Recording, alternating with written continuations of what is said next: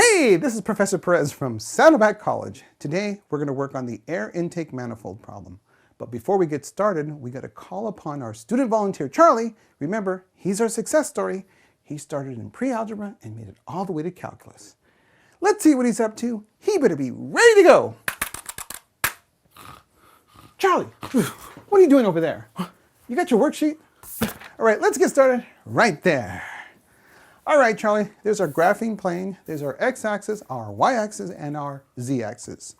Today, we're going to be dealing with a bounded region that is bounded between the x-axis, the line x equal natural log of 1/2, the line x equal natural log of 2, and the exponential function f of x equals e to the x. That shaded region indicates our bounded region. Now, our manifold consists of two separate pieces whose volume can be found by generating semicircular cross-sections whose radii is equal to the length of the partitions that are perpendicular to the x-axis and bounded between the x-axis and the function f of x equals e to the x. Yeah, I know. Here, let me give you a picture of it. Here we go, Charlie.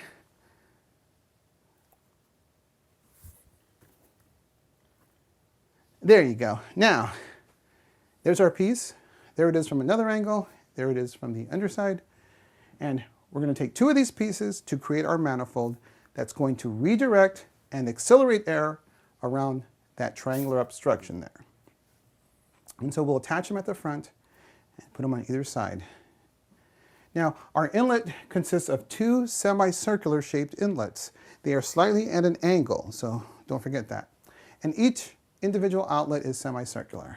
Now, our first question is to find the area of the inlet, or the combined area from the two semicircular inlets. All right, Charlie, now look at the graph.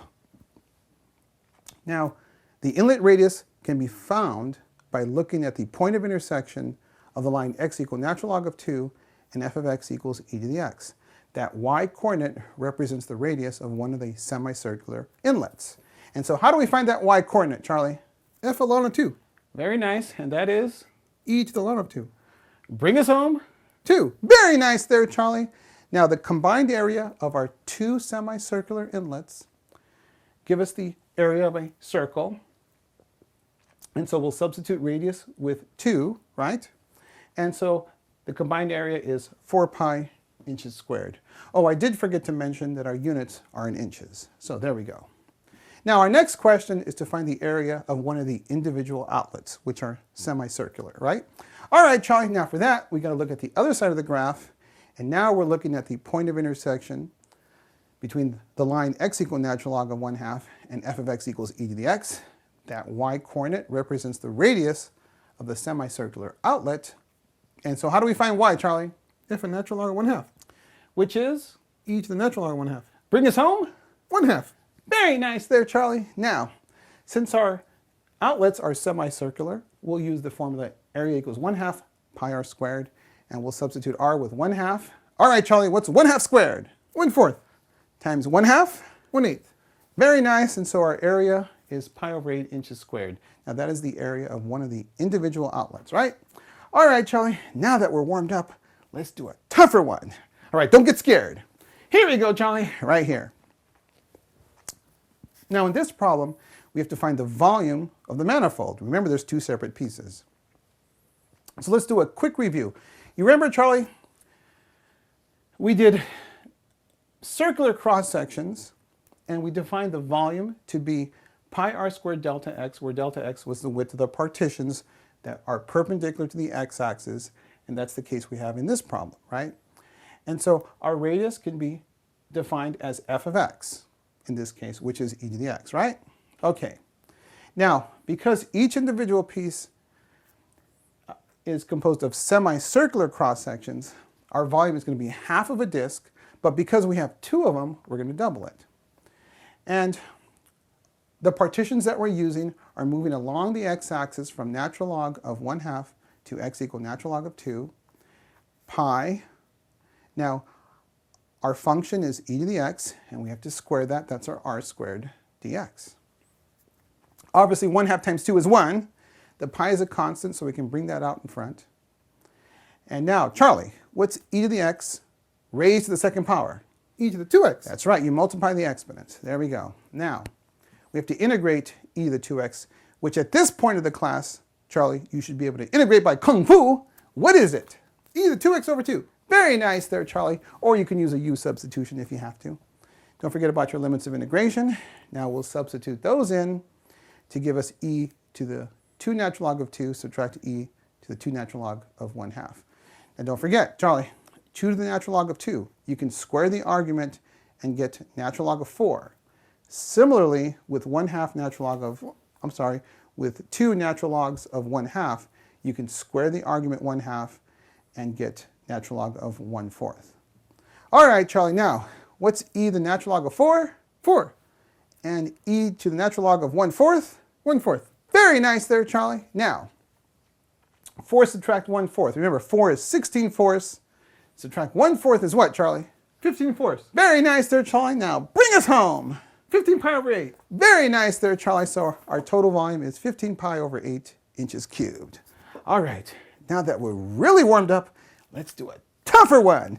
Don't get scared, Charlie. We're going to use the force. Just relax. All right, Charlie, now in this question, we're asked to find the entire surface area of our manifold. Whew. All right, here we go, Charlie. Now, don't forget, we have 2 separate pieces.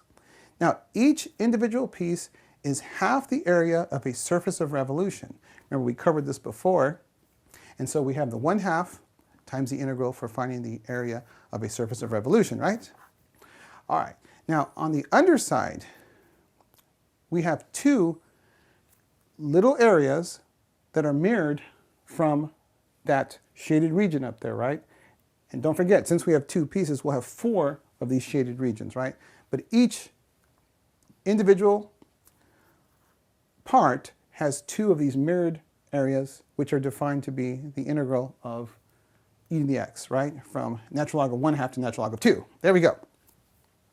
Okay, so now our total surface area, Charlie. We'll start with the area of a surface of revolution. We have 2 pieces, but each piece is half the area of a surface of revolution, right? Okay, and we're integrating from natural log of 1/2 to natural log of 2. 2 pi, f of x is what, Charlie? E to the x. That's right. And now we require f prime of x, which is what, Charlie? E to the x. Very nice there, Charlie. Don't forget dx. And now let's go to the underside. And remember, we have 2 pieces, each having 2 of these shaded regions. So that gives us 4. And obviously our area is defined as the integral from natural log of 1/2 to natural log of 2 of e to the x dx. Whew. All right. Now, Charlie, that second integral should be relatively easy. It's the first integral that's going to be a challenge. Remember, this is a non-calculator lab, which means you have to do it by hand. So let me give you a hint, Charlie. Here we go. For this first integral, you could begin by letting u equal e to the x, giving you du equals e to the x dx. That will give you an integral of the form square root of 1 plus u squared, which would have to be done by trig substitution. Ooh. Well, in that case, you're going to let u equal tangent of theta, and therefore du equals secant squared d theta. And when you simplify things out, you should end up with an integral of secant cubed theta d theta, which can be done by integration by parts. Anyway, you got 10 minutes, Charlie. Get to work. This is hard. Can't I just take it home? Sure, you could take it home after I grade it. Well, Charlie, this is calculus. You're in the big time, so you better get to work. And that goes for you too.